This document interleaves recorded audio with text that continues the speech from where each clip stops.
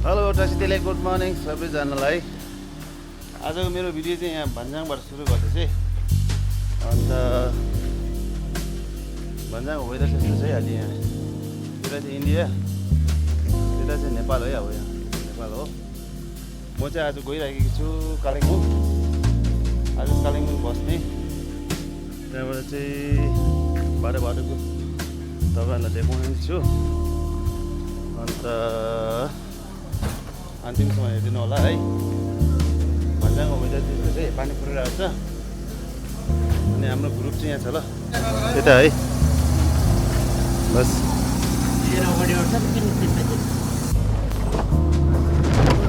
हामी सुकिया पुग्यो है ल।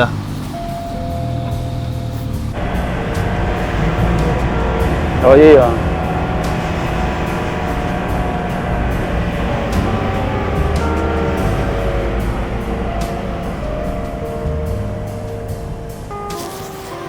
ठ्याक्कै अहिले चाहिँ म टिस्टा खोलामा पुगेँ। यता चाहिँ कालिम्पोङ जाने। टाइम चाहिँ कति भयो? अघि बिहान माथिबाट भन्ज्याङ भएर चाहिँ 7 बजी निस्केको। अहिले 9:40 भएछ। त्यो 3:30 नजिक भएछ। तपाईँलाई म खोला देखाउँछु ल। यसपालि छ नि यो वेदर चाहिँ लास्टै त्यो पानी परेर है। हिजो पनि अस्ति पनि दिनभरि पानी पऱ्यो के। म तपाईँलाई उनीहरू खोला देखाउँछु ल।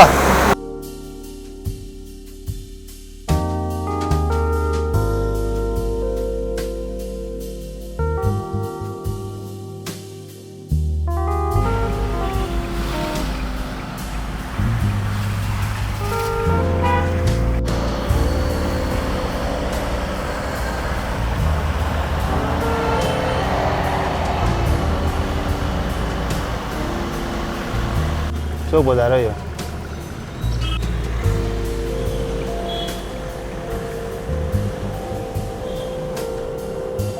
यहाँबाट उता चाहिँ रिसर्चहरू टन्नै छ है। यता माथितिर ओह्रालो चाहिँ अब मेला गराउनु छ अरे।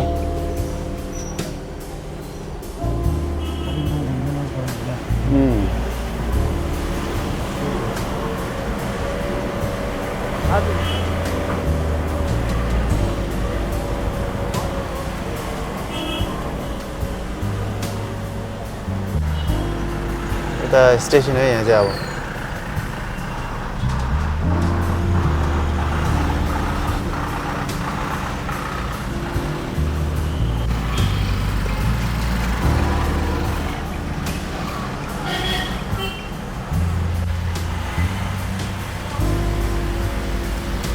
माथिल्लो बाटो यो चाहिँ कालिम्पोङको यो माथिल्लो बाटो।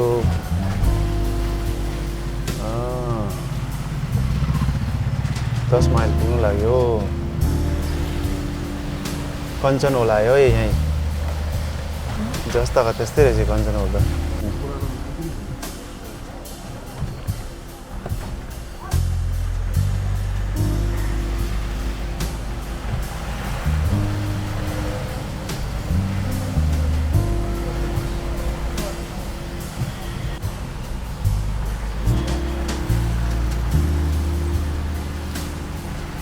बाटो सानो माथि पार्किङ गरेछ है एक साइडमा।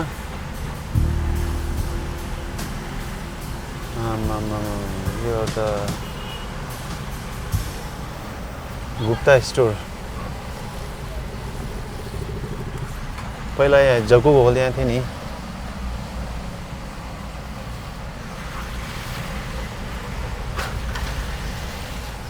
यहाँबाट उँभो चाहिँ तिरपाई जाने है। हामी चाहिँ अहिले चाहिँ तलबाट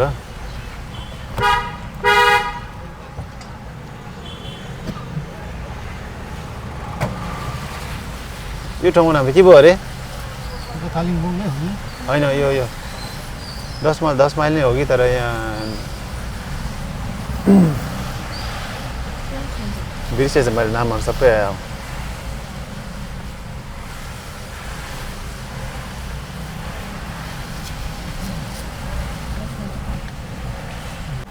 यो घर यहाँ त्यतिकै रहेछ पहिला यही जस्ता त्यस्तै रहेछ बिरालोकोटी पुग्नु लाग्यो है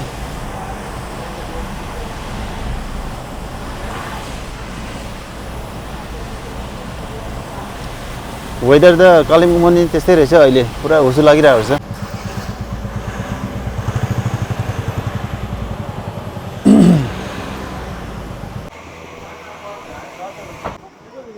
आमाम यहाँ लास्टै खप्पी खेल्थेँ पहिला यो ठाउँमा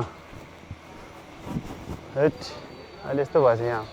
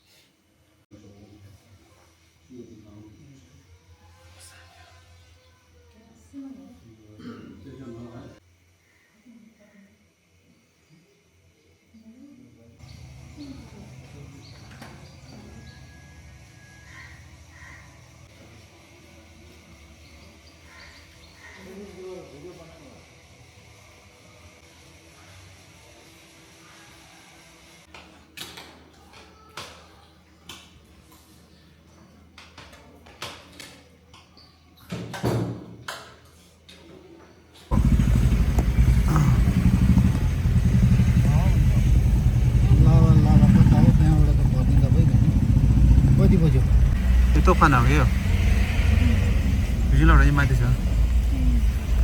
यस्तो हल्ले कुनले यस्तो हल्लिन्छ कि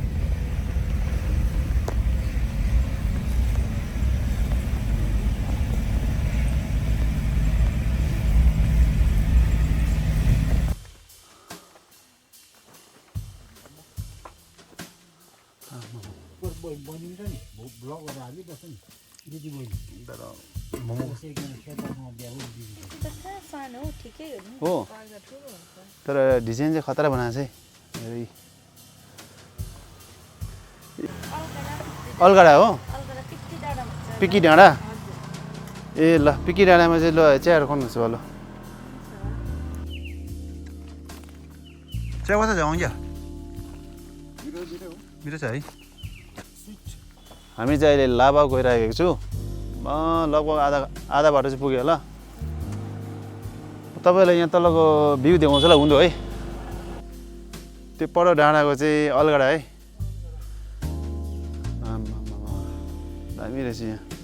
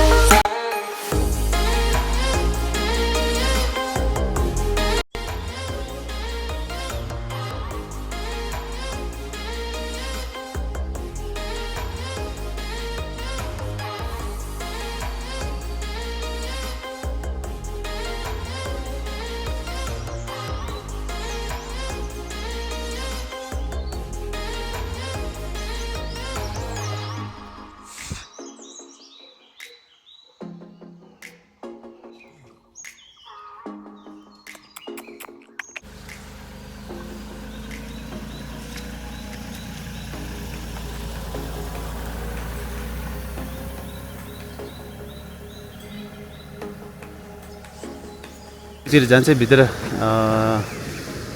खुल्ला छ कि चाहिँ हेर्नु पर्यो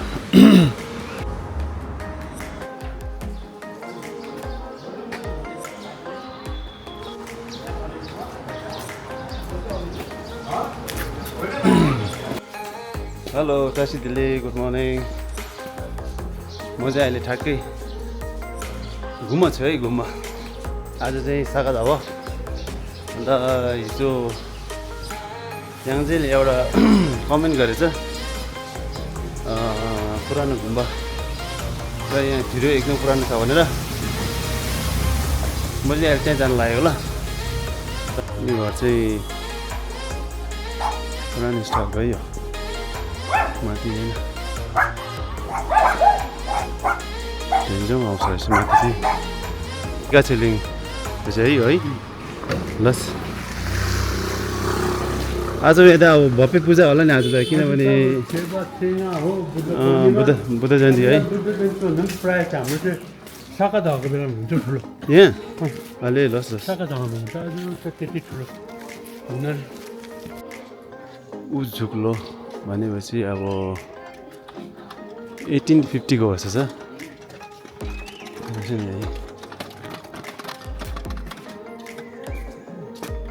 धेरै पुरानो छ यो गुम्बा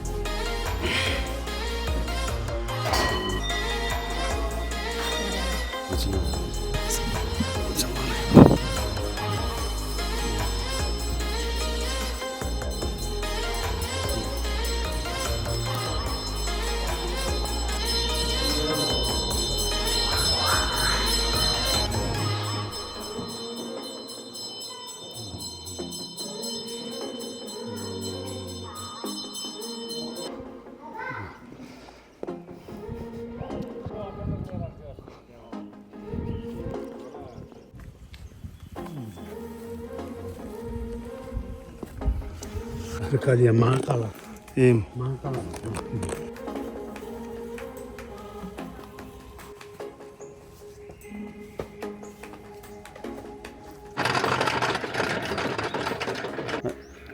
यो ढिटी यो होला है यो ढिटी यही हो यो चाचिम्बु ढिटी हो बहुत पुरानो 1850 त्यति बेला बनेको तर यसलाई चाहिँ मेन चाहिँ हाम्रो 13 दलाई लामा 13 लामा तुप्देन घ्याचो ल त्यति बेला दार्जिलिङमा आउनुभएको थियो 1911 को साल कुरो होला उहाँ भिजिटमा आउनुहुँदा त्यति बेला त्यहाँनिर राम्रै गरेको अरे उहाँले नै यो मुनि चाहिँ किलखोर भन्छ एउटा हाल्नुभएको यहाँ टिटीमा है टिटीमा त्यही कारण यो ढिटी चाहिँ एकदमै चाचिम्बो छ र यहाँ चाहिँ टाढो टाढोबाट यहाँनिर हिमालयहरू चाहिँ चलाउने 96 तिर बनाएको होला यो पछि यहाँ सानो मात्रै थियो एउटा लामाहरू पढ्ने यत्रो मात्रै थियो पछि सबै यो बढाएको हाम्रो हलको हाम्रो पोको तामाङ झ्यालको भुटी र यो भूमिको जति पनि जनता छ उनीहरू मिलेर चाहिँ यो ठुलो बनाएको अरे यो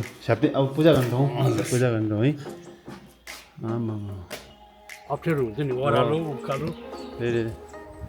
आजको दार्जिलिङको वेदर दामी छ है आज चाहिँ राम्रो हिजोसम्म पुरै पानी पर्दै थियो हो आज चाहिँ एकदमै राम्रो भयो सायद आज बुद्ध पूर्णिमाको दिन पनि हो त्यही भएर पनि होला आज मजाले खुलिएछ बस र यहाँ चाहिँ प्रायः बुद्ध पूर्णिमा चाहिँ त्यति ठुलो मान्दैन हाम्रो चाहिँ साका धावा हो ठुलो मान्ने साका धावा मान्छ है ठुलो मान्छ साका धावा प्रायः ठाउँमा न्युनै गर्छ क्यारे है न्युनी पुरै हुन्छ त्यति बेला चाहिँ न्युनी चाहिँ प्रायः गर्छ गुम्बामा भानेको रूपमा लस कसी दिले बेमाला यता तोला त नि भाइ नै होला भाइ हो मैले उहाँको चाहिँ अस्ति भलुङको ब्लगमा चाहिँ मैले चिनेको हो उहाँलाई त्योभन्दा गर्दा मैले चिन्जान भयो त्योभन्दा अगाडि पनि मैले चाहिँ तपाईँलाई चाहिँ चिनेको नमाले बताउनु थियो